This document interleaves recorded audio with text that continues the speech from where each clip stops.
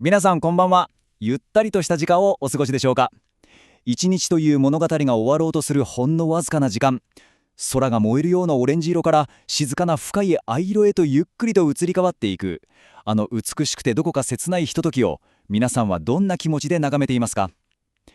多くの人はその時間を黄昏時と呼びますよね。今回はこの誰もが知っていてなぜか口臭を誘う黄昏という言葉のその奥の奥に隠された日本の文化的な真相、光と影が織りなす物語を資料を紐解きながら皆さんと一緒にじっくりと旅していけたらと思います。さて、そんな黄昏の景色を心に思い浮かべていただいたところで、皆さんに一つこんな問いかけをしてみたいんです。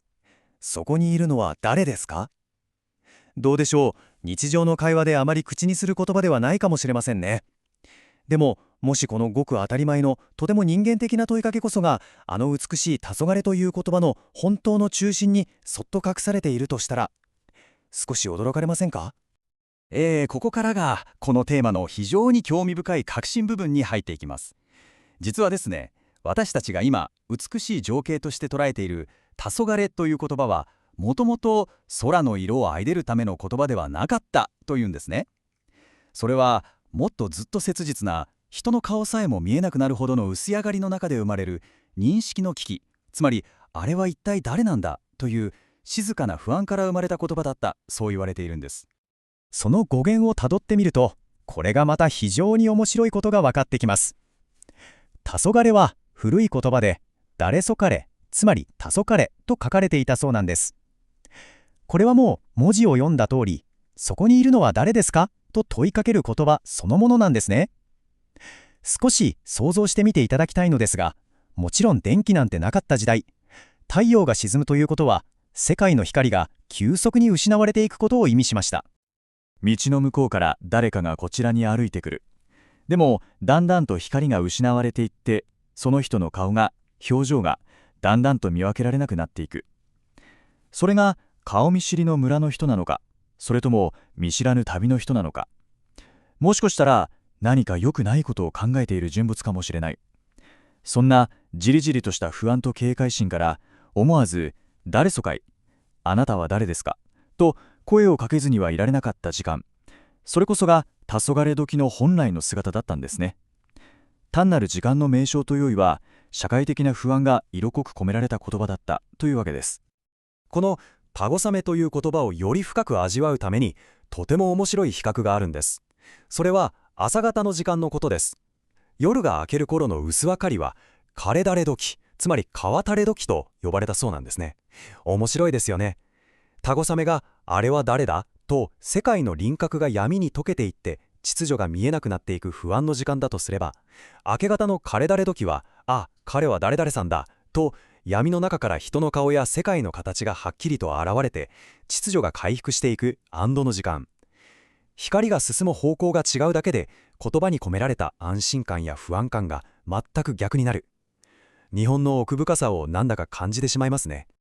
この世界の境界が曖昧になるという感覚は、現代を生きる私たちの心にも強く響くものがあるようです。例えば、あの大ヒットしたアニメーション映画「君の名は」では、この2つの言葉が混ざり合った片割れ時というオリジナルの言葉が物語の鍵として非常に重要な役割を果たしていましたよね。あれはまさに昼でも夜でもない世界の輪郭がぼやけて、時間や空間、あるいはこちら側の世界とあちら側の世界の境界線すらもが溶け合ってしまうような不思議なことが起こる魔法の時間として描かれていました。何百年も前の人々が肌で感じていた感覚が形を変えて、今も私たちの物語の中で生き続けている。そう考えるとなんだか素敵だと思いませんか？さて、黄昏時の不安は何も人間に対してだけ向けられたものではなかったんです。光が失われ視界が悪くなるということは、そう人ならざるもの、つまり私たちが住む世界とは違う異界への恐怖とも深く結びついていくことになります。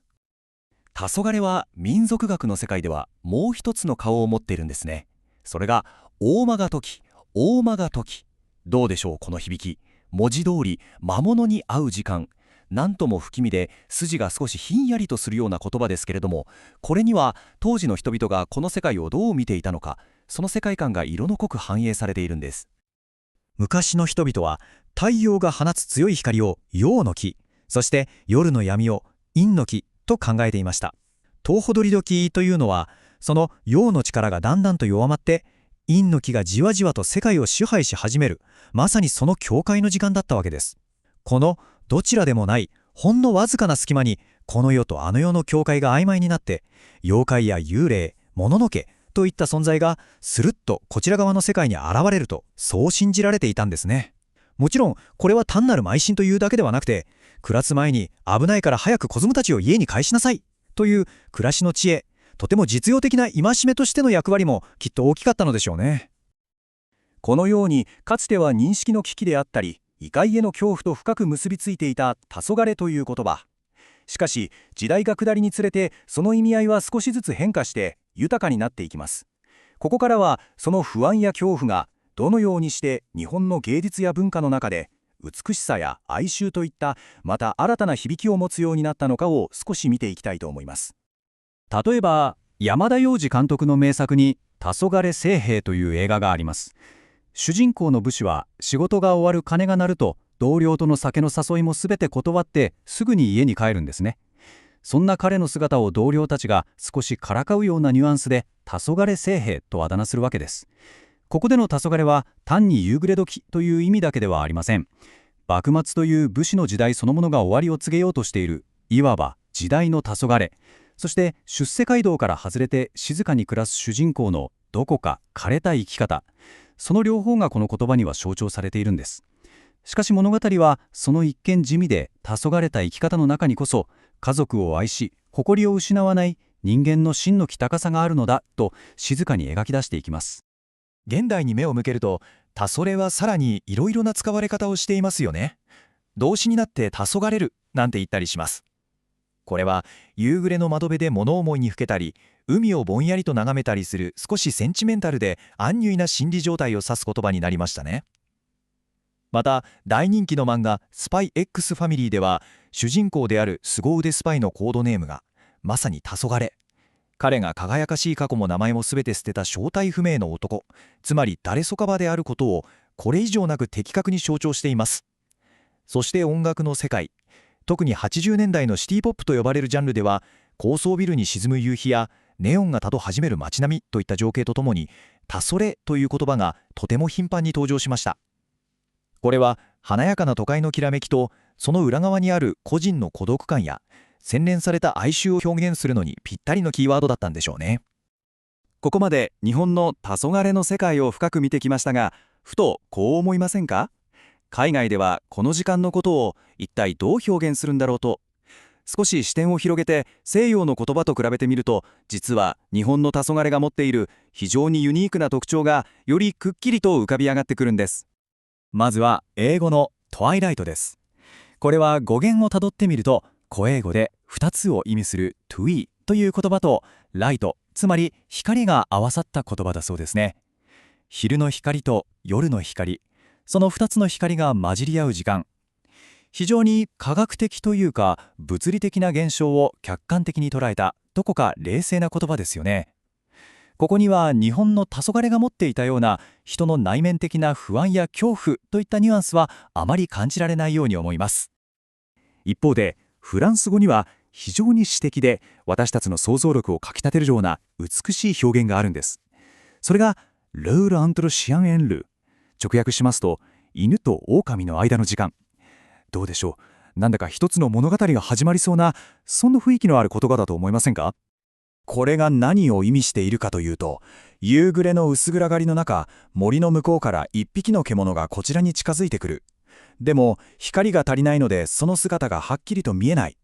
あれは人間に懐いていて安全な私たちの仲間である犬なのだろうか、それとも私たちを襲うかもしれない危険な野生の狼なのだろうか。その見分けがつかない不安な時間。これ面白いと思いませんか？これもまた日本の誰そかへと全く同じように見えないことによる認識の危機を表現しているんです。そしてこの2つの認識の危機には実は本質的な違いが隠されているんです。ここが今回の話の最も重要なポイントかもしれません。日本の黄昏が抱えている不安の中心にあるのは人間関係の識別です。つまりこちらに来るあの人は共同体の中の仲間なのか、それとも部外者なのか、秩序を乱すものではないのか、非常に社会的な不安なんですね。それに対してフランスの犬と狼の間が示している不安は、文明と野生の識別、安全な人間の領域と危険な自然の領域との境界線についての不安です。同じ見えないことへの不安でありながら、その不安の矢印が向かう先が、日本は人へ、フランスは自然へと全く違う方向を向いている。これは両者の文化の根底にあるものの違いを見事に映し出しているように思えませんか？非常に興味深い発見だと思います。さて、ここまで黄昏という言葉をめぐって、その語源から異界とのつながり、そして西洋との比較まで長い旅をしてきました。それでは最後に、この短い言葉が現代を生きる私たちに一体何を教えてくれるのか、少し考えてみたいと思います。こうしてずっと見てくると、日本の黄昏という概念は、その根っこに関係性への不安という非常に人間臭い感情が横たわっているように思います。あの人は誰なんだろうという問いは、単なる好奇心ではなく、自分たちが属する共同体の和や秩序を守るために、誰もが抱えていた切実な問いかけだったのかもしれませんね。物理的に見れば、それはただ地球が自転して太陽が地平線の下に沈んでいくだけのごく自然な現象です。しかし、その光と影が作り出す曖昧な時間に、それぞれの文化はまるで鏡のように、自らが最も恐れているもの、そして同時に最も大切にしているものを映し出してきたのかもしれません。言葉とはまさに文化そのものを映す鏡なのですね。この話を聞いてくださった皆さんが、今日あるいは明日にでもふと窓の外に目をやったとき、あるいは仕事や学校からの帰り道で空を見上げたとき、そのオレンジ色と藍色が混じり合う黄昏の光の中に、あなたには一体何が見えるでしょうか。もしかしたら今日の話を聞く前とはほんの少しだけ違う景色が映っているかもしれませんね。